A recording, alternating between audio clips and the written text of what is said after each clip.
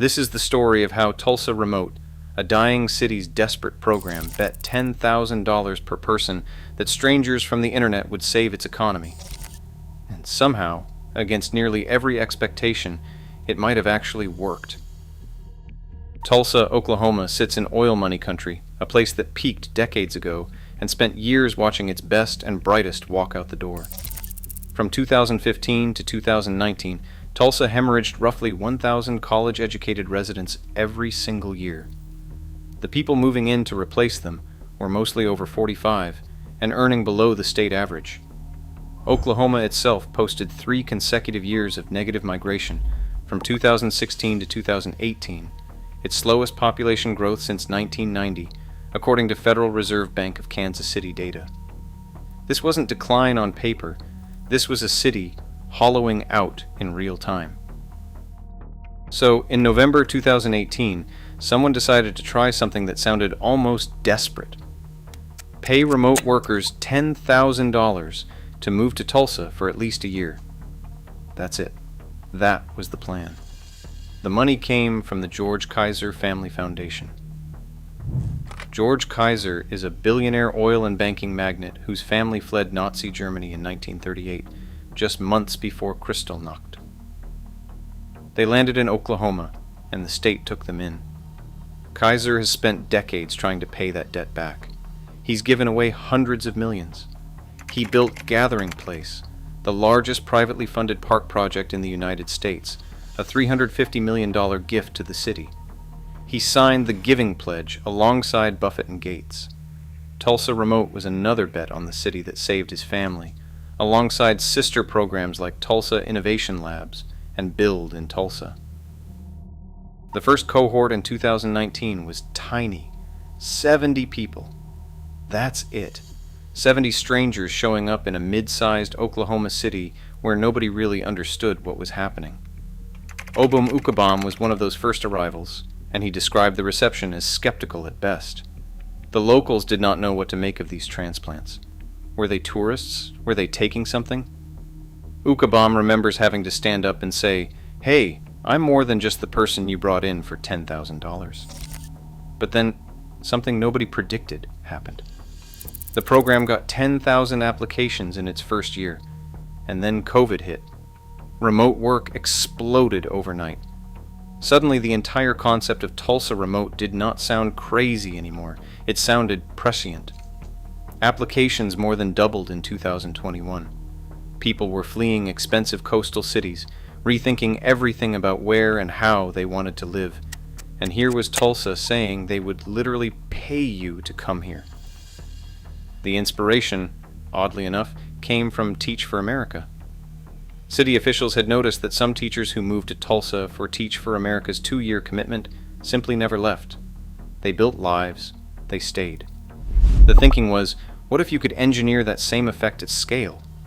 What if the $10,000 was just the door opener, and the city itself was the thing that kept people?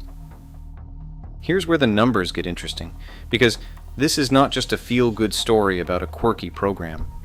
Researchers at Harvard Business School, the Brookings Institution, and the Upjohn Institute have all studied Tulsa Remote, and the data is striking.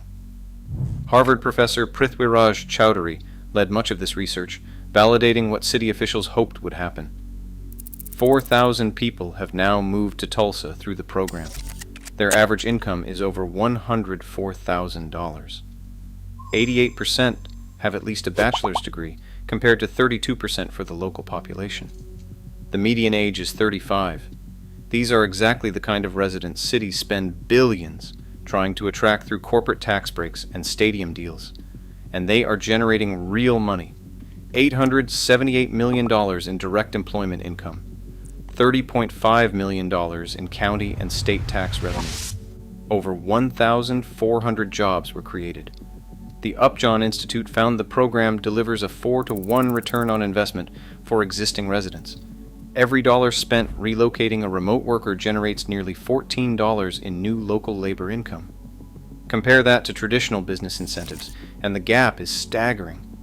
A typical corporate relocation deal costs about $218,000 per job created. Tulsa Remote does it for $36,000. 6 times more efficient. And while traditional incentives have a but for rate below 25%, meaning only a quarter of businesses actually relocated because of the incentive, Tulsa Remote's genuine relocation rate sits between 58 and 70%. Most of these people actually came because of the program. But this is a city decay channel, so let us talk about the part that keeps people up at night. Gentrification. Tulsa is home to the Greenwood District, Black Wall Street, the site of the 1921 race massacre, where a white mob destroyed one of the most prosperous black communities in American history. That neighborhood, now marked by John Hope Franklin Reconciliation Park, is watching downtown development creep steadily into its borders. When you bring in 4,000 people earning 6-figure salaries, property values rise. That is great if you own property. It is devastating if you are on a fixed income watching your rent climb. The housing tension is real. Tulsans were already struggling with affordability before the program scaled up. There is a lack of housing stock across all types. People experiencing homelessness have programs to help them rent, but nothing is available as prices and occupancy rates climb. The program's defenders point out that only about 600 participants have actually purchased homes, a small fraction of the more than 20,000 homes sold in Tulsa during the same period. They argue the housing market has responded well, absorbing newcomers without massive price spikes. But not yet catastrophic is not exactly a ringing endorsement. Then there are the cultural friction points. Oklahoma has some of the most restrictive abortion laws in the country. For a program trying to attract young, educated, often progressive workers from places like California, which alone generated over 7,800 applications. That is a real tension. The managing director, Justin Harlan, describes Tulsa as a purple city with a good mix of red and blue, a place where Americans might learn to get out of the extremes and meet in the middle. Whether that framing holds up depends entirely on who you ask. And now Tulsa Remote has 70 competitors. Cities from Topeka, Kansas with their Choose Topeka program to Cumberland, Maryland offering $20,000 are launching their own versions. West Virginia's Ascend WV program is pulling from the same talent pool. The talent pool these programs are fishing from is not infinite, and the advantage Tulsa had as a first mover is eroding every year. Platforms like Make My Move now track over 200 such programs nationwide. So did it work? The 70% retention rate says something.